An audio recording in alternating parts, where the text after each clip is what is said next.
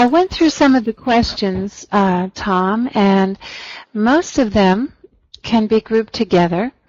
The subjects are intent, exploring the larger consciousness system, nudges from the larger consciousness system, and just recently, one from Josh that I think we'll start with. Josh, if you want to read your question. Yeah, let me bring it up. I can do that for you if you like. Okay. My oldest child is 3.5 years old, and she is just now starting to ask about death, mainly with bugs and other insects. However, she has also asked about some of my wife's deceased relatives. How did you answer questions about death when your children started asking them? I'm trying to remember now. I would suspect that my children did ask questions about death. All children do, but I believe I just answered them in such a natural, kind of straightforward manner that I don't really remember it. It didn't stand out in my mind as a problem or an issue or anything particular happened. I would talk about death just the way I understand it, which is it's a transition. And trying to think of words, it would kind of depend on the specific situation, because you wouldn't want to necessarily, with a child that young, go into some kind of abstract discussion of the philosophy of death. That wouldn't go over very well. They wouldn't be able to process that. But starting with the given situation, say relatives, something like that, then you could just say, yes, we transition from this life, and we go to another place, another world, if you will. That would be simple language for a child, and there is no permanent ending.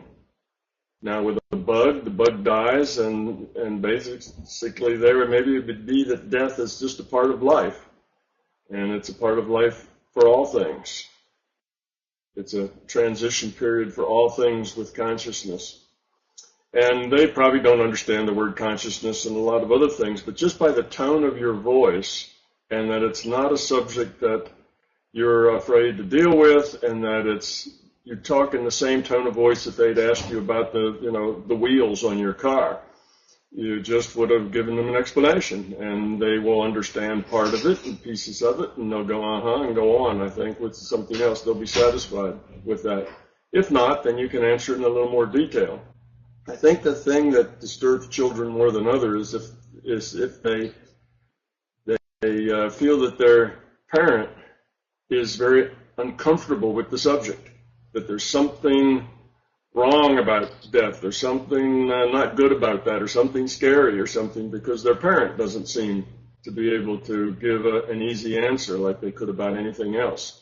So I think the biggest thing to not give children a fear or a sense of foreboding or a problem or something scary is not what you tell them, but how you tell them. That it's just another matter of fact. Explain it. And children generally don't need much details in their explanation. They're looking as much for how the energy with which you tell them as they are actually for the facts that you tell them. So that would be the thing. Get your own mind straight and at ease with how you feel about death, and then just tell them in a way that you think is no more than they need or want, something that is truth to you, but at the same time, something you're very comfortable with. So I think that's the main thing. It's how you express yourself to your child more than what you tell them. Okay, Tom, in this specific case, in the case of Josh's little girl, we've talked about this before. You've talked about this before, that children are more tapped in than we are. Could it be that she's asking about these deceased relatives? Could it be that she's perceiving something It very well may be, and that would be, again, it's a specific situation. You can ask some questions. Oh, why did you ask? And see what they say. And depending on the child's needs, you give them what they need. But that's possible. Up until 5, 6, 7 years old, in those years, somewhere between 5 and 7, which means after they start public school, they tend to lose their connection with the larger consciousness system. Up until that time, they kind of have, 1 foot in the larger consciousness system and 1 foot here in this virtual reality. They're in both worlds. They are very intuitive. They get messages. They get the content of what you're trying to tell them. They get it as much through telepathy as they do from processing language.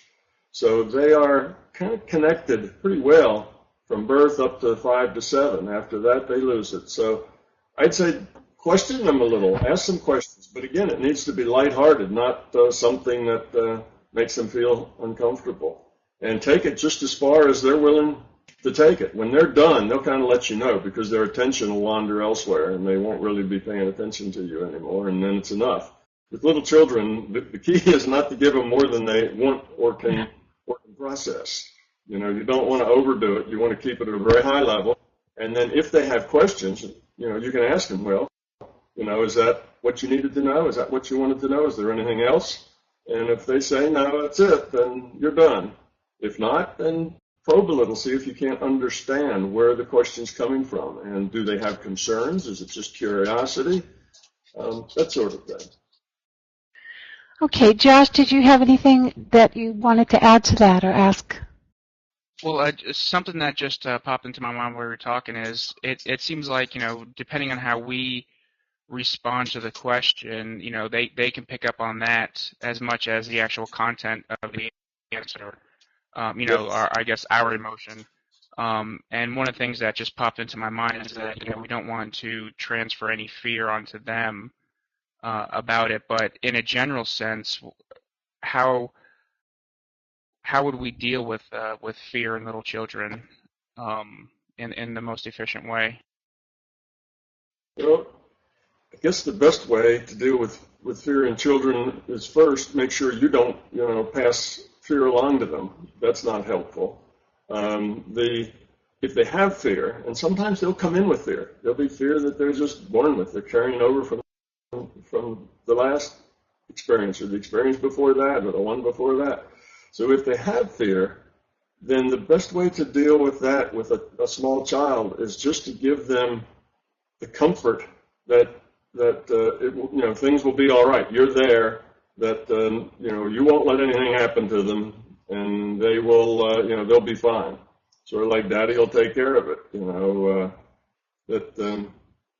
That just gives them, it doesn't actually deal with the fear in the sense, because that's a little hard to do unless they are very kind of advanced in their language skills. If they can really explain things to you, well, then you can deal with it at a more specific level. But most small children can't explain things to you very well, and you ask for reasons.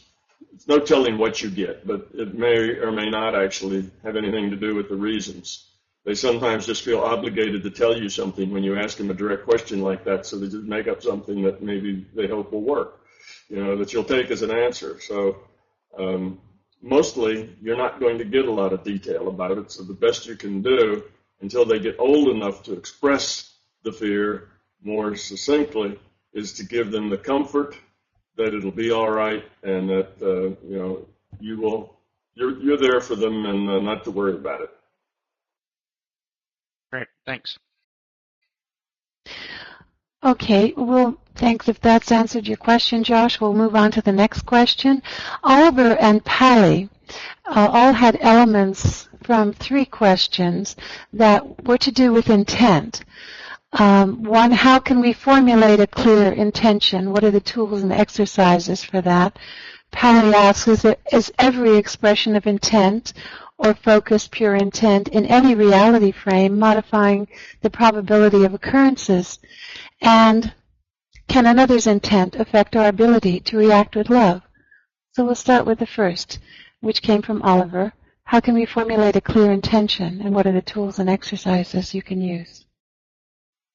Okay, well, intent is an expression of yourself, who you are. So you can express intent at both the being level and the intellectual level. We're pretty familiar with expressing intent at the intellectual level. That's easy. That's kind of the subject of your focus, the what you want to happen, your intent for a result. So that's an intellectual intent, but that's not really where, for most of us, the power that we're looking for is. Mostly it's the being level intent.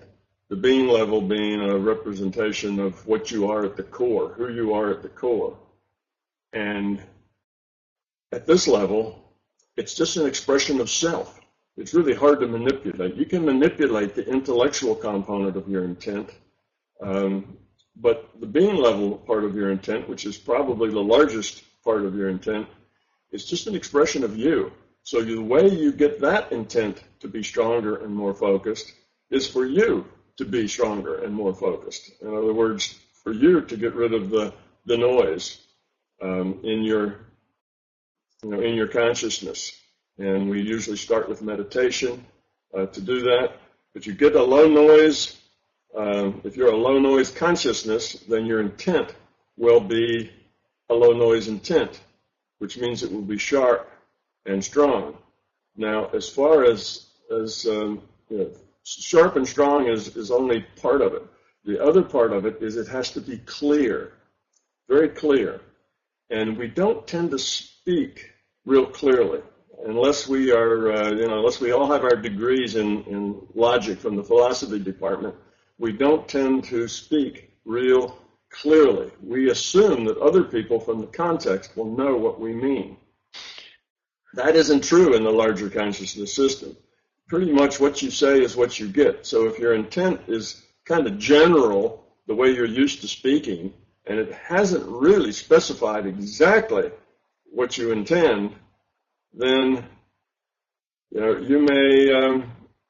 It's like this: if you're doing a query, and if your query is very general, you get a lot of stuff back. You don't necessarily get what you want, or the system itself guesses at what you want, and that's what you get back. So when healing, particularly, a very precise intent is important, because otherwise your healing isn't really focused on the problem if you have very general intents. Now, a general intent isn't useless. A general intent will work generally. And if what you're trying to do is improve, say, someone's health in a general way, then a general intent is very appropriate. But if what you're trying to do is get rid of leftover cancer cells after an operation, then just kind of feel better intent. Generally feel better is not really going to be very effective. You need to have a very specific intent of exactly, what you're trying to do and what you're trying to accomplish, and whatever metaphors or tools you're using to accomplish it, all has to be very clear. Now, sometimes we have beliefs that we're not really quite sure that we're doing it right. We're not really quite sure that this is even going to work, or that, you have the right process, that the theory is true. And if you have these ideas in the back of your mind that, well, I'm going to say this, but I don't really, think it's going to work, well, that takes most of the oomph out of your intent, because now you have more than one intent. You have one that says, I want to accomplish this. You have another intent that says, I expect this not to work.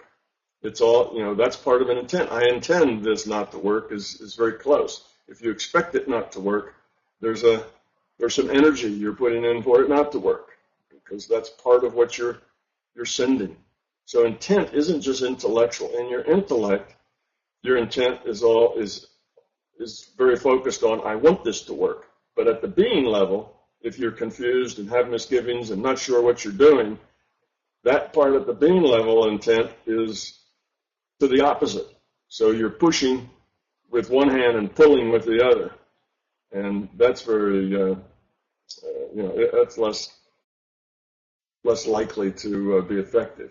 So intent at the being level is important, and intent at the being level is as good as you are, as low entropy as you are at the being level. So that's, it's probably not an answer that you'd really like to hear, because it's difficult to do anything specifically about that other than get rid of your fear, get rid of your ego, and know why you're doing, why you make the choice you're making. And if that choice is to heal, and to heal in a particular way, know why you're making that choice. Make that a choice that you can, put all of you behind it.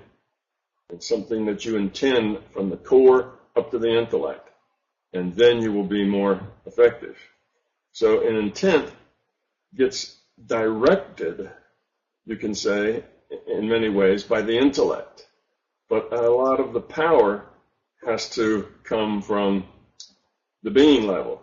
Now, if you don't have fear, if that's not your situation, if you are pretty much a being with little to no ego and little to no fear and little to no belief, then it's a different situation, because then your intellectual level and being level are all integrated into one thing. You don't have the intellectual level at one, doing one thing, and the being level doing another. It's all one thing. And now the intellect isn't just what we normally think of as intellect, but the intellect now speaks for the whole body, for the whole, I shouldn't say body, but for the whole being. The intellect is a much more powerful thing at that point. So that's why it's a little complicated to explain to you. It depends on where you are, how low entropy your consciousness is, as to how to go about it and how to focus. So the best thing, of course, is always, the best thing for anything that you're trying to do is to get rid of your fear, your belief, get rid of your ego, and then everything will work better if you do that. If you do that first. Then there's not this split between the two levels, and you know exactly what you're doing and why you're doing it, and you're perfectly clear on it. You have very low noise, your focus is tight, and then your intent is strong, and it will modify probability more effectively than any other way. Do you have some simple tools and exercises for, Oliver was presented with this question on his website. Do you have some specific tools and exercises, or easy tools and exercises that someone can develop? You've probably heard me talk a lot about the tools for getting rid of fear and that sort of thing. I've said those in a lot of talks, because that's what everybody wants to know, and that is that in your general life you have many decisions that you make every day. Actually, probably many decisions you make every hour.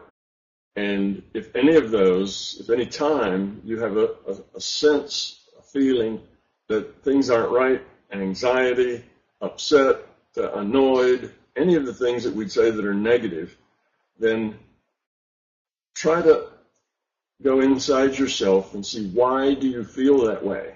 And not some sort of intellectual excuse. That's not what we're looking for. We're looking for the reason, the intent behind that feeling. Why do you feel that way? And almost always, if you have a negative feeling or sensation, you will find that you can follow it back to a fear, and then you work on that fear. Understand the fear. Why is it that this feeling, you have this feeling? Well, it's because of this fear, and the fear is generally a more general fear than the specific situation that's creating you the discomfort. So then you work on that fear, and you just keep this process up until your life is mostly full of positiveness, full of joy, and you're a happy person. And that way you will have most of your fears, and as your fears are gone, your ego disappears with them, because your ego is an expression of that fear. So that's the fundamental way to go about increasing the quality of your consciousness. But given that, something that we all know, I'd say practice. If you want to practice focusing your intent then do things like healing, do remote viewing, do things that are evidential, and do them often. Because the more you use your intent to purposefully modify future probability, the better you will get at it. Some of it has to do with developing your own tools that work well for you, or maybe learning to do without tools. But whatever it is, you need to find out what works for you through trial and error, which means just work on it. Work on your healing. There's always people that can use your help. Work on, it doesn't have to be just healing and remote viewing. It could just be people that you know, people in your family, people where you work, and problems they might be having. You can converse with them. You can counsel with them. You can understand them better. It's not all sending. Some of it's receiving, understanding people and trying to understand what their intents and issues and where they're coming from and why they feel the way they feel. So just broaden yourself out by experiencing and what's the best thing to say? By practicing through experience. You practice interacting with low entropy. You practice using your intent to be helpful. And the more you do that, the better at it you'll get. You will probably start to develop tools that suit you. Eventually, you'll outgrow those tools. You'll need to change them. But all of that takes practice. The very first time you try these things, you have very little experience, and therefore you probably aren't real good at it yet. Like anything else, the more you practice, the better you get. About intent, I was wondering if you can intend for someone to have a stronger intent, something like a multiplier for their specific intent. Well, yes, you can. You can intend that you get better at healing, and that you want to focus more of your energy on that. And the system will modify itself a little bit to help nudge you in the direction you want to go. In other words, you're the leader of your own evolution. So you want to focus on a particular thing, then intend to work on that thing. And you will get more opportunities, and the larger conscious system will be more helpful, I guess, to you by providing you the right things, maybe helping you with tools. But your intention to improve your work with your intent will help. Now, it's not that it's just going to multiply, your result. What it does is raises the probability that you will learn to be more effective. So I say the intent is your whole being level, your intellectual level, an expression of you. What you want to do is grow in this way, and that is a strong intent. You get that at all levels. So it all adds together. Could you intend for someone else for their intent to get stronger? Say like a beginner who's just trying out, but maybe you give them a boost with their healing and they see evidential results for themselves, something like that. That probably would not be very much if you intended somebody else's intent to get better. Now, if you want to intend that somebody else take more interest in the larger reality, or that another person see and become interested in a bigger picture, that might help. You may actually help them kind of reach a little further than they would ordinarily. But actually being as specific as that their intent is more focused, probably not, because your intent gets more focused as you grow up. And the idea that, well, okay, they haven't grown up any, but we'll get their intent focused, you're kind of pushing things, you get pushing a horse out in front of the cart. So it's just not going to work very well. It may move it 1% or 2%, but it's not going to be significant, because unless they can support it with the quality of their consciousness, it's not going to work very well. Okay, was there anyone else with a comment? Yeah, I had a question. Uh-huh. I was wondering if there's any way to measure your quality of consciousness for yourself. Yes. The best way to measure it is the same process that I talked about as far as getting rid of fear. What's your life like? What's the quality of your life? If your quality of your consciousness is good, the quality of your life is probably pretty good too. In other words, look at your emotions, look at your feelings, and notice what percent of it is very positive and what percent of it, is negative. And by negative, I don't mean thinking evil thoughts and wanting to, crush somebody to get even. Not that, but just that you are anxious about things, that you get upset, that you really wanted this to happen, but it didn't, and now you don't feel good about it because it didn't work out the way you wanted it. Those sorts of things. If your life is pretty much very calm and peaceful and positive and good, then your quality is probably good too.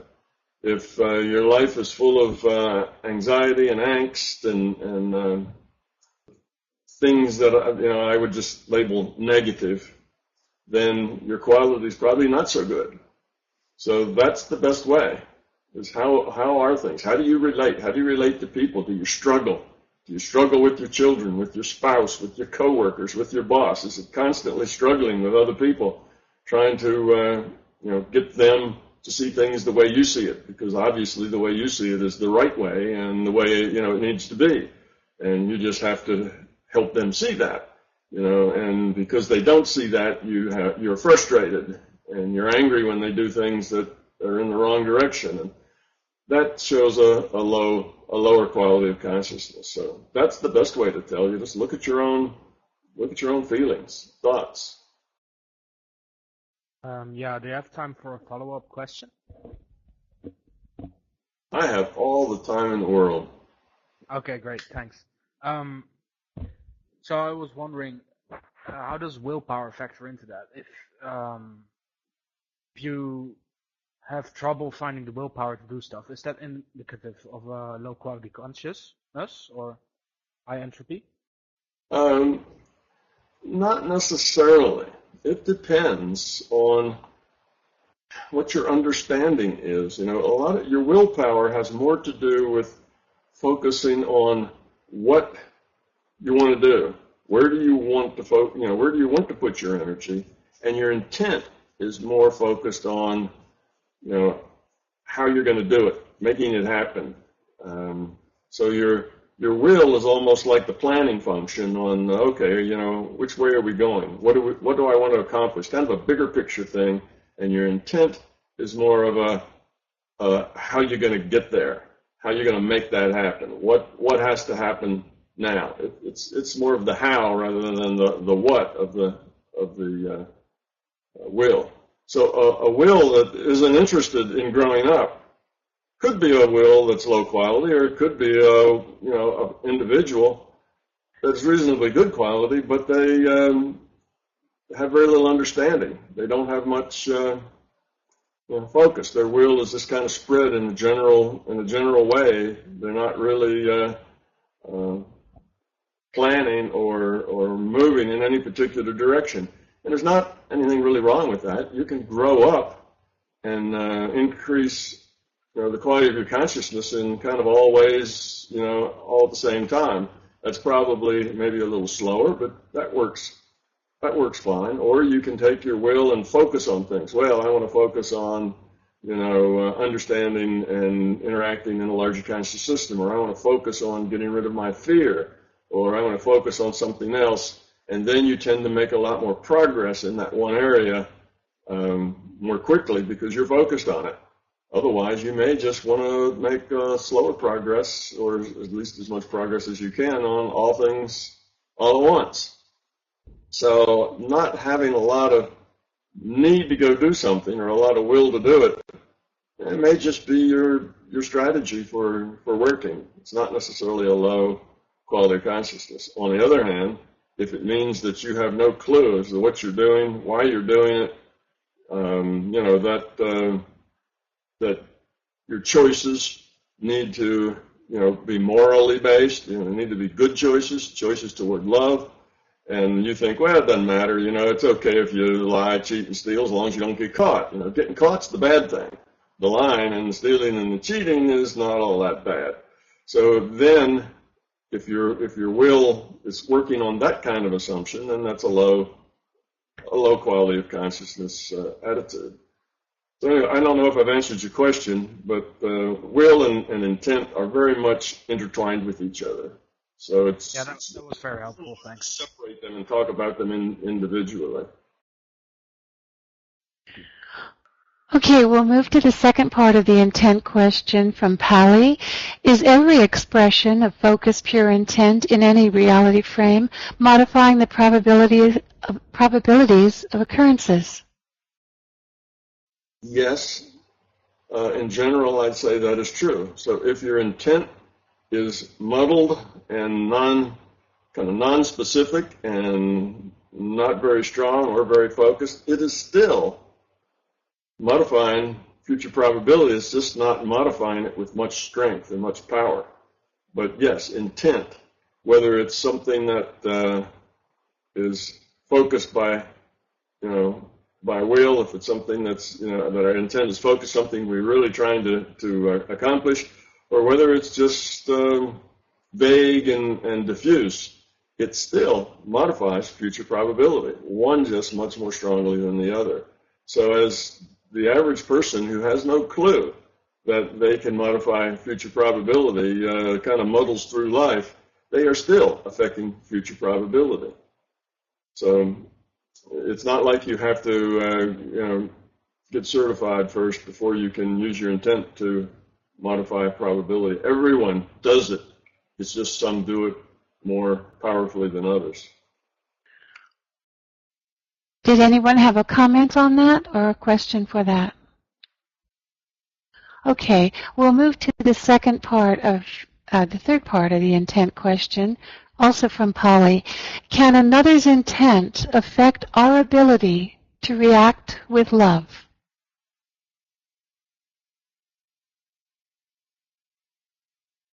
Well, in general, probably not much of an effect. But the answer to it, and if we make it, is there any possibility of that? And the answer is yes, it can affect us. In general, it's not going to affect us very much because we tend to be energized by our own core. So our own core tends to get through, and that's the intent we have, even if others are pushing at us or trying to convince us otherwise. But someone can intend, just like someone can intend to help you get rid of a headache, someone can intend to give you a headache. Someone can intend to make you feel bad, make you nervous, make you upset. And you will feel this energy that's kind of pushing you in that direction, even though you don't have any intent or will behind it. So in a way, that might confuse you some, and that might keep you from focusing your own intent, because now you don't feel well, or now you feel confused, or you have all of this energy bombarding you, and it's difficult for you to focus your mind. Yes, those things can happen, but generally they don't, because the general population knows so little about focusing intent that there's very, very few people that go around focusing their intent in order to manipulate other people. Now, if you go to coastal Africa, you'll find that's not true.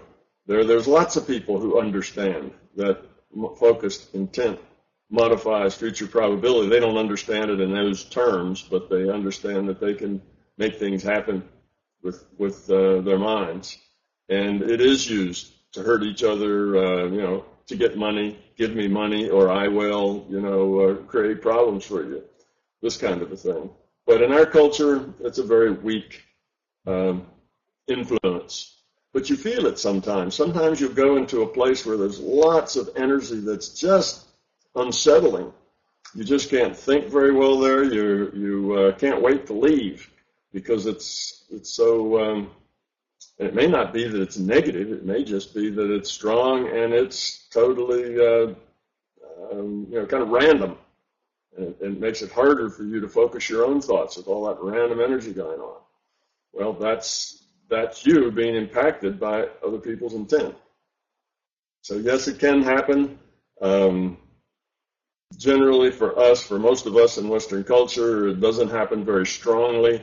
It happens at a very low level that really doesn't push us very much because our own focus overrides most of that noise in the background. Eventually, as you increase your quality of your consciousness, you get less and less affected by things you don't want to be affected by because you are aware of them. And once you're aware of them, you can turn things off, you can overcome things that are headed your way, or you can just get rid of them. You can refuse to answer. In this system of communication where being communicates with other beings, sends energy, if you like, between beings, you don't have to accept the call. When somebody sends you a message, you can refuse the message and it won't affect you. But you have to be aware enough to know how to do that so that your intent is focused enough to make that happen. If you're not, then it's kind of a free-for-all. Everybody's pretty much open to everything.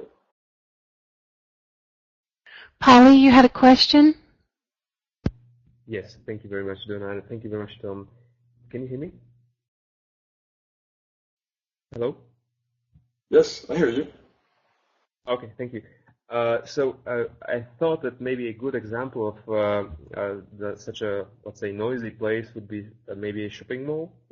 Would that be a good example of where people can get, let's say, less focused and more confused about why they are doing what they're doing?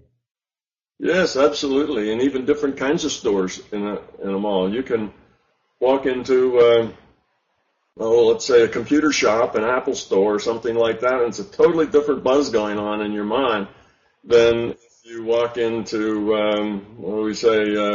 a discount store. Walk into Kmart on a Saturday afternoon, and the place is crowded, and you'll have a very different experience than if you walk into a library, But it's that's a good example of when you feel that kind of, I don't know what I just called it, a buzz, but it's basically you have a little more difficulty focusing your mind and thinking clearly because of all that going on.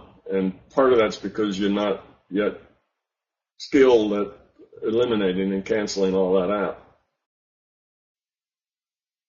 And if I may, this question, which Donna so very nicely summarized out of my very complex question, was raised because I was in a situation the past few days where my girlfriend, let's say, had the habit of putting herself into a victim mode, and I was very hard working on not going into the interrogator or some sort of dominant mode.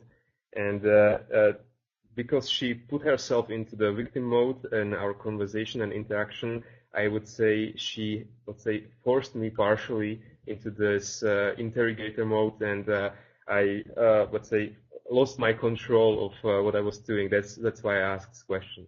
What would you say to that? Yeah, that's true. Those interactions, you have to look at it when you're interacting with somebody like that. You have to do it from a place where your ego and fear are not connected. If you see that, well, she's coming from a victim mode and that's not right, and I'll help her see what's right, you see, that's just going to make everything worse. Maybe you found that out. I don't know. But if you realize that that is her reality, the way she's coming, whether it's a victim or whether it's anything else, that is that person's reality. That's the way they see the world. And for you to tell them that the world isn't really that way is usually not helpful unless they are right on the verge of seeing that for themselves, and then maybe that would be helpful to help kind of kick them over into that realization. But most of the time, 99% of the time, they're not right on the verge of getting that anyway. And for you to tell them that the way they feel is not right and is a problem, you're trying to tell them that their reality is false. And that usually is not helpful if you're trying to carry on a conversation. It's much better to understand that is their reality and then work with that being their reality. You see, not tell somebody that their reality is wrong and they need to change it and here's why. That's you being, that's your ego, and that's you being, well, we say aggressive. That's you being, I know you don't. I understand what your problem is and you don't, so just sit down and listen and I'll explain your problem to you. You see, that typically moves everything in a dysfunctional way. It makes things worse. So you have to realize, well, this is the way she sees the world. Now, how can I be so that she might see the world differently? And imposing your idea on her is not a way that a victim sees the world differently. They just see that as just what they thought. You know, people are trying to push me around. I'm a victim. You see? So that is the idea. But yes, things can affect you. Other people can affect you. But other people can affect you by triggering your ego to respond. And that's how you are affected by other people mostly. It's not because their intent is confusing or making you, have a hard time focusing your mind. That is going on in the background, but it's a low-level background mostly. Usually people will say things, and it grabs your ego, and your ego then is what responds to them. But it's not that they make you respond in a particular way. You always get to choose how you respond. And if you respond with ego, that's your choice. Or you could respond not with ego. And you might say, well, it's really not my choice because I've got this ego, so I always respond with it. Well, it's your choice to get rid of that ego. So anyway, maybe that'll clear up that particular situation a little bit. But you think in terms of, here's how this person is. How can I be that will be helpful to her? And if the answer is, well, I could explain to her why she's wrong, that's more ego.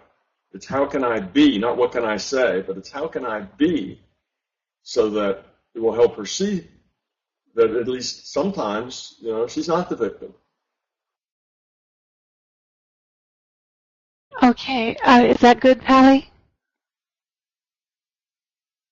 All right, well, we'll move on to another question from Oliver. I've left for the end questions that have multiple subjects that can be run together. This particular one is a very specific question. It's Oliver's question on having met a woman who was identified as an atheist but had several unusual experiences in her life. When she was pregnant with her first son about 40 years ago, she visited a friend in a foreign country for several weeks and lived with that friend in her home. 10 years later, she returns with her now 9-year-old son to visit that friend a second time. As soon as her son enters the house, he makes very clear statements about having been to this house before and being familiar with it. She first dismissed his comments, but he kept insisting on this and had never made any comments like this before in his life. Oliver wants to know how you would explain this phenomenon, and what does it tell us about when an individuated unit of consciousness actually enters a new life. I know you usually respond to these things specifically. This may be a particular case. There are several issues here that could be the answer, but specifically for this particular woman and her son, how would you answer that, Tom? Well, then I'll start at if we're talking about maybe other things too, let me start at the general and work in and to a specific answer. But the lady was pregnant with this baby in a foreign place, goes back home, has the baby, brings the child back, and the child recognizes the place. And may actually, and even more likely, recognize the person. May feel like the person is not a total stranger to them, as well as the place. But in any case, the reason that this can work this way is that communications don't just take place through language in the normal ways. We are communicating all the time with all the consciousness that are interacting with us around us. Okay, when you have a child that's in utero, the mother and the father and even other people who are around and are interacting with each other, they're interacting with the child too. The child, and it's not just, again, we only look at the physical. Oh, the child is hearing their voice, through in the uterus. So the child knows that there's a voice and it can deal with that. But it's more than that. The child also is getting content. It's a telepathic connection that we have with everyone. The mother is interacting with the child. So when the mother is interacting with person A, then the child also is part of that interaction, because the child is interacting with the mother with the child, the mother with person A, and the child is getting parts of that as well. So we are communicating, we're netted in this big communications net with all other consciousness. It's like being netted on the internet. That doesn't mean on the internet that we see all 20 billion websites that are out there on the internet with a URL at once. We tend to tune in on the ones that we want to look at and the ones we don't. So it's the same way. With consciousness, you're really plugged in to all of them, but you're not tuned in to all of them. So you can communicate, but those that are around you, if you're in a room and there's 6 or 7 people in the room and you're all kind of talking with each other, well, you're also all communicating telepathically with each other at the same time. Now, we tend to ignore that the older we get. Up until, like I say, 7 years old, we're more aware of that. When you're an infant, I said when you're a newborn, you have, 1 foot in this reality and 1 foot in the larger reality. Well, before you're born, you probably are more like 70% in the larger reality and 30% in this reality.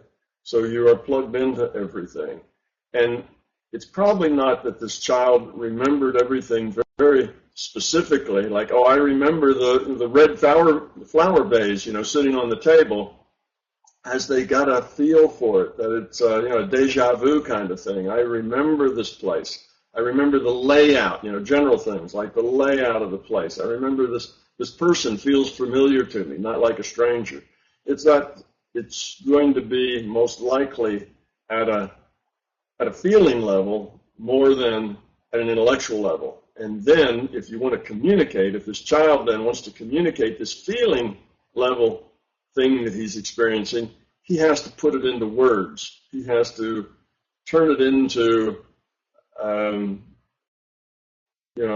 very specific kind of thing. And he may make it even more specific than he really feels it, just because that's easier to communicate that way. So that's kind of what's going on and why that's going on. I suspect that the mom wasn't just there superficially and casually. She probably was there and pretty seriously plugged in to that environment, that person, and what was going on there. So that would be one thing. Or the child in utero just happened to be one that was particularly plugged in into what was going on in there, including their mother's environment, and remembered it.